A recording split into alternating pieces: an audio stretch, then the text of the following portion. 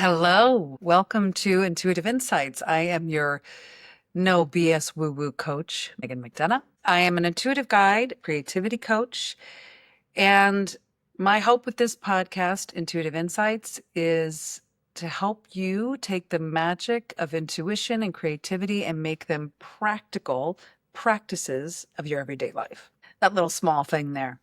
Every couple weeks, I come every other week. I'll have a podcast, usually one where I share insights based on my own experience or situations that I've extracted that I thought might be helpful or useful, sometimes including little meditations or practices, practical practices. And others will be interviews with really hopefully insightful and inspiring conversations, figuring out how other people use creativity and intuition in their lives. Hopefully you get a little tools and bits and pieces here and there that you can use for yourself. That's my hope. So today, I wanted to share with you an idea that I've been meddling around with. This idea is it's how we utilize creativity and intuition together, how they work together, what the relationship is to each other. In my experience as an artist, in my experience as an intuitive, I find that I've often said intuition is an access point to creativity, and creativity is an access point to intuition.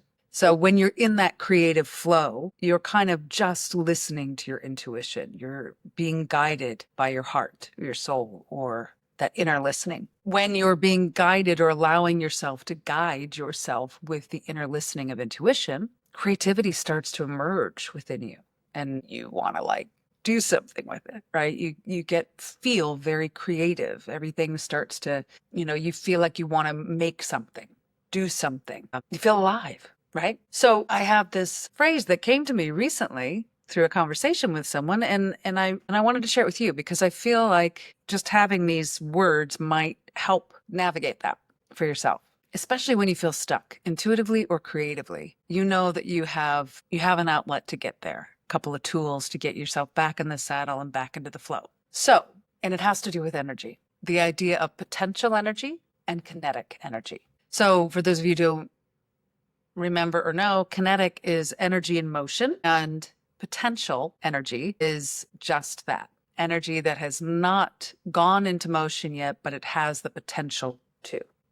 So I'm going to be technical with you here. It's very unlike me. Yes, I know, but I'm going to give you the definition. So in physics, potential energy is the energy of an object or system due to the body's position relative to other objects or the configuration of its particles. The energy is equal to the work done against any restoring forces such as gravity or those in a spring. In the case of a bow and arrow, when the archer does the work on the bow, drawing the string back, some of the chemical energy of the archer's body is transformed into elastic potential energy in the bent limb of the bow.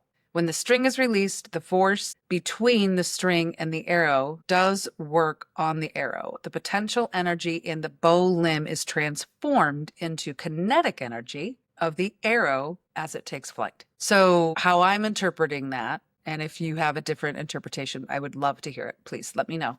But what I'm interpreting that is that potential energy is the energy in a state of getting ready. Like it has the potential to be active, but is not quite so yet, or physical, right? Now, kinetic energy, on the other hand, in physics, is the energy of an object kinetic energy of an object is the form of energy that it possesses due to its motion. So potential energy is the energy prior to motion, and kinetic is the energy of motion. I hope I didn't confuse you too much, or myself. But here's what I wanted to say. Intuition is potential creativity. Creativity is kinetic intuition. So intuition is the idea, feeling, the knowing, the soon-to-be expression. Creativity is the active form of that expression. Yin yang, or not yin yang, infinity sign, right? So having said that, if you feel stuck on the intuitive or the creative path, or you find yourself in that space, a couple of ways that you can kick yourself out of it are, one, recognizing which state you're in. Meaning, are you overactive right now? Are you creating, but not listening? Or are you listening, but not putting it into momentum, not putting it into practice, not making it physical, right? So what stage are you in? Are you just intuitively listening, gathering information, or are you connecting to are you creating and being active with your intuition? Make sense? Okay. Number 2 is, if you are feeling creatively stuck, find things that ignite your intuition, like meditation, a nice walk outside.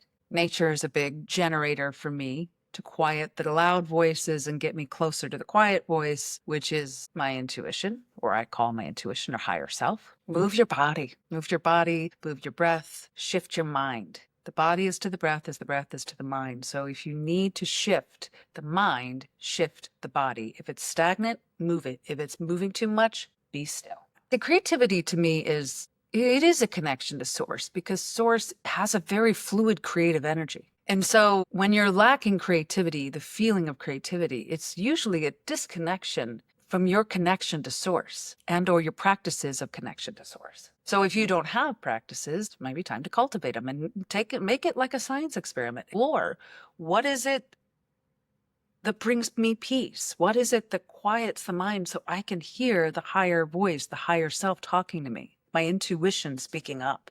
Take the mic away from, anxieties and pass it to the intuition. So movement, shifting from movement or lack of movement if you're moving too much. So finding your balance of which part of the trajectory you're on in your creative intuitive space, what fills you up to help you connect to your intuition, and do that if you feel disconnected from creativity, because creativity and intuition are intrinsically linked. And number 3, through the last thing, is you cannot create out of tension. I firmly believe you cannot create out of tension. So if there's mental, emotional, or physical tension, the energy of creation, the energy of source, has a really hard time moving through it. So do what you need to do to release tension. Take a hot bath, sometimes I'll do that. I like that little ritual there.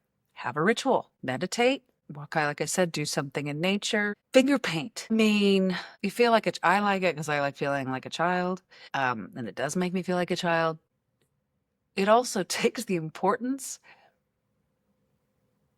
out of precision. There's something just so viscerally expressive about finger painting. It just makes you go, okay. It's like, in improv, you're yes-anding yourself because you're just playing. Which brings me to my favorite saying: stay curious, play. Okay, that's my deep thoughts for today. I hope those insights help you. I know it's not voluminous. Sometimes that's okay too, I'm hoping. If this helped you, if you like it, please, please, please, if you like this content, like and subscribe. That helps me make more of these for you.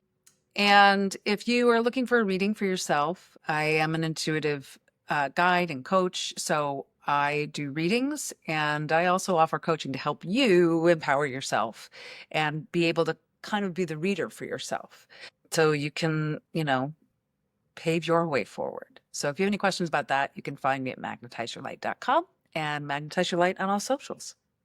I hope you have a magical day. Make some magic today. Big buckets of love.